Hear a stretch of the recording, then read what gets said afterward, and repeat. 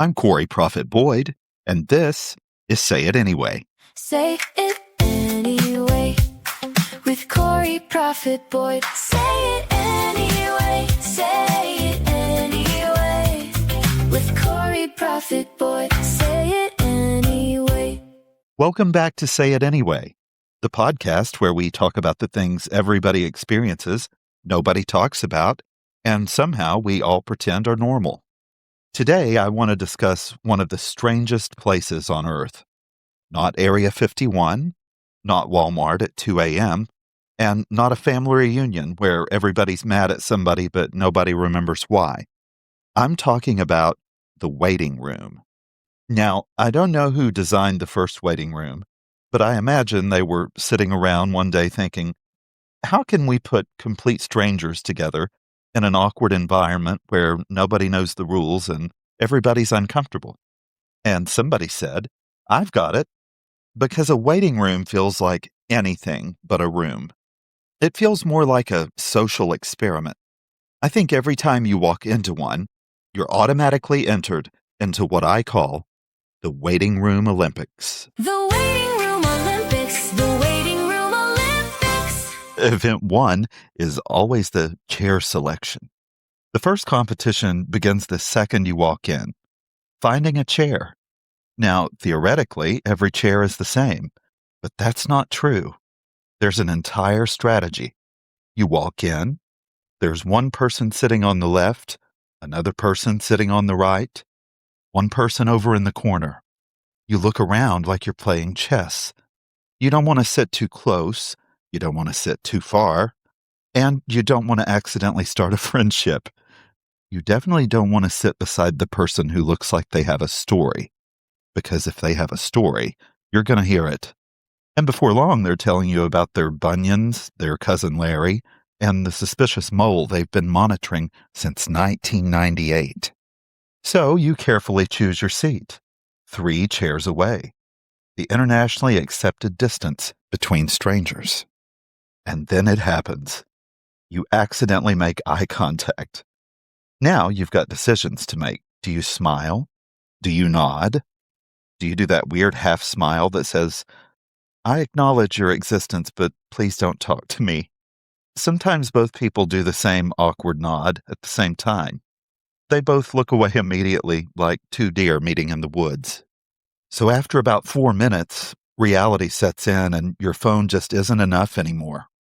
So you start looking at the magazines. Have you ever noticed? Almost every waiting room magazine was apparently delivered at least 2 years ago. But you pick one up anyway. Top gardening trends of 2017. You don't garden. You don't live in an apartment. You actually killed a cactus last year. But suddenly you're reading about hydrangeas like you've got a presentation tomorrow morning. By page 6, you're thinking, okay, I really hope they call me back soon. And all of a sudden, one of the most exciting waiting room Olympic events starts. The receptionist opens the door. Everybody looks up immediately, like prairie dogs. The receptionist says, Michael? 3 people stand. Nobody is Michael. One lady starts gathering her purse. A man takes off his reading glasses. Somebody halfway rises before realizing they're named Deborah. Then everybody slowly sits back down, and everybody pretends nothing happened. And of course, nobody goes into a waiting room planning to eavesdrop. But when somebody starts talking loud enough to be heard from another zip code, you become involved whether you want to or not. You don't have a choice. You hear things like, well, they said it wasn't supposed to do that. Excuse me? What wasn't supposed to do that? Now I'm invested. You can't just drop that information and walk away. My imagination immediately fills in the blank. Was it a lawnmower? A knee replacement? A ferret? What was it? I need answers. But eventually, you go back to your phone. This is where things get serious. You check your battery. 7%. Instant panic. Suddenly, every text message becomes a major financial decision. Do I really need to check Facebook? Can I even afford the battery to check Instagram? Can I survive on 4% battery until they call my name? I better close these apps.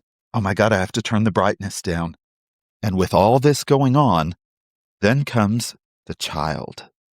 Every waiting room contains one child who has absolutely no interest in waiting. They're touching things, they're spinning things, licking things, asking questions. Questions nobody can answer. Questions science maybe can't even answer. Questions God Himself may not be prepared to answer. And meanwhile, their exhausted parent is negotiating like a hostage mediator. If you sit down for 3 minutes, I'll buy you nuggets after this. And you're thinking, oh my God, can this get any crazier? Well, you shouldn't ask that, because then comes the oversharer. Every waiting room has one. The person who's decided that today you are their audience. You didn't ask. You certainly didn't volunteer. But congratulations, you now know their medications, their neighbor's business, their dog's allergies, and the entire history of their gallbladder. And somehow, they always begin their story with, well, I don't usually tell people this. Right. Oh, yes, you do. You know you do. But here's something I've thought about. For all the weirdness, all the awkwardness, waiting rooms are one of the last places where people are forced to simply be human together. Nobody's winning, nobody's competing, nobody's trying to look important. Everybody's waiting for something. Good news, bad news, a diagnosis, a repair, a job interview, a loved one, answers to questions, maybe just hope. And for a little while, everybody in that room is carrying something. The businessman, or the retired school teacher, a young mother, a teenager, an old farmer. It's such a mixture of people. It could be someone who looks perfectly fine, but they're scared and trying not to show it. All of them are waiting, just like the rest of us, and maybe that's why waiting rooms feel so strange, because they're one of the few places left where we're reminded that everybody has something they're dealing with. Everybody. So the next time you're sitting in a waiting room, choosing your chair like you're selecting a campsite, pretending not to hear somebody discussing a medical condition from 15 feet away, reading a magazine that's older than some college students, just remember, you're not bored, you're not trapped, you're competing in the waiting room Olympics. And if you successfully make it through the entire appointment without your phone dying, and without being adopted by the oversharer, and without accidentally standing up when they call for Michael, congratulations. You've earned the gold medal. I'm Corey Proffitt-Boyd, and sometimes the weirdest places tell us the most about people.